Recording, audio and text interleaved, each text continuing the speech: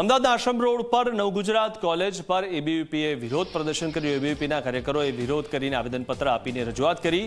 MC Shah કોલેજમાં વિદ્યાર્થીઓ સાથે અન્યાય થતો હોવાના આક્ષેપ તેમણે લગાવ્યા। કોલેજમાં કેન્ટીન અને જીમ સુવિધા હોવા છતાં સુવિધા ન અપાતી હોવાના આક્ષેપ કરવામાં આવ્યા છે। ફી લેવા છતાં સુવિધા ન અપાતી હોવાના પણ આક્ષેપ કરવામાં આવ્યા છે। તેમજ સ્પોર્ટ્સ શિક્ષક કેટલીક ગેમમાં હાજર ન રહેતા વિદ્યાર્થીઓએ ગેમમાં ભાગ ન લઈ શક્યાનો પણ આરોપ લગાવવામાં આવ્યો છે। સુવિધા નહીં મળે તો ઉગ્ર આંદોલન કરવાની ચીમકી પણ ઉચ્ચારવામાં આવી છે।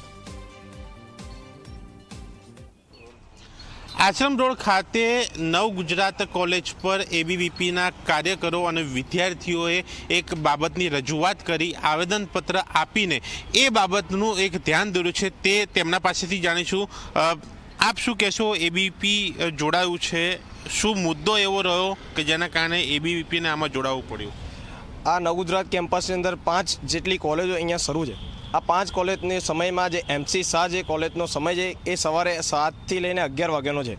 તદુપરાંત આ કોલેજના દરમિયાન જે વિદ્યાર્થીઓને જે એની ફી ઉઘરાવે છે જીમખાનાની, એ જીમખાના પણ ઓપન વિદ્યાર્થી માટે કરવામાં આવતું નથી। ત્યારબાદ જે કેન્ટીનની સુવિધા જે આ કોલેજ માટે જ નથી અપાતી, પરંતુ જે કેન્ટીનની સુવિધા જે 11 વાગ્યા પછી જે બીજી કોલેજ ચાલે છે એના માટે ઉપલબ્ધ કરવામાં આવે છે। તો હું આપણા માધ્યમથી એ પ્રિન્સિપાલને પણ પૂછવા માંગુ છું। આજે અખિલ ભારતીય વિદ્યાર્થી પરિષદે આવેદન આપ્યું છે, પ્રિન્સિપાલે મૌન રહીને એનું ધાર્યું છે આગામી સમયની અંદર જો આ કેન્ટીન અને વિવિધ પ્રશ્નોના વિદ્યાર્થીના હક માટે સ્વીકારવામાં નહીં આવે તો વિદ્યાર્થી પરિષદ ઉગ્રમાં ઉગ્ર આંદોલન કરશે। તેની સંપૂર્ણ જવાબદારી આ પ્રશાસનની રહેશે। કેટલા વિદ્યાર્થીઓનો પ્રશ્ન છે અને તમે જે બાબતનો ઉલ્લેખ કર્યો એની ફી લેવાય છે કે નહીં? હા, એની ફી લેવાય છે। અમારા જો રિસિપ્ટ પણ છે કે એની ફી લેવાય છે અને આ લગભગ આ તમામ કોલેજનો પ્રશ્ન છે, જેની અંદર ઇન્ટેક્સ એનું જોવા જઈએ તો 500 કે 600 વિદ્યાર્થીઓનો પ્રશ્ન છે।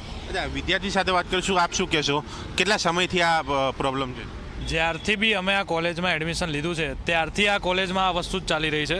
અમે જેટલા દિવસથી આવ્યા છીએ અમે ક્યારેય જીમ નથી જોયું, કેન્ટીન નથી જોયું, ક્યારેક કેમ્પસમાં ઊભા રહ્યા હોઈએ તો પણ પ્રિન્સિપલ સાહેબ ખુદ આવીને બહાર નીકાળી દે કે જ્યાં બી બેસવું હોય કોલેજની અંદર બહાર નહીં બેસવાનું। તો કેન્ટીનમાં વિદ્યાર્થી બેસી ના શકે તો કેન્ટીનની સુવિધા શું કામની? અને જીમખાનું ક્યારેય ખોલવામાં આવ્યું નથી।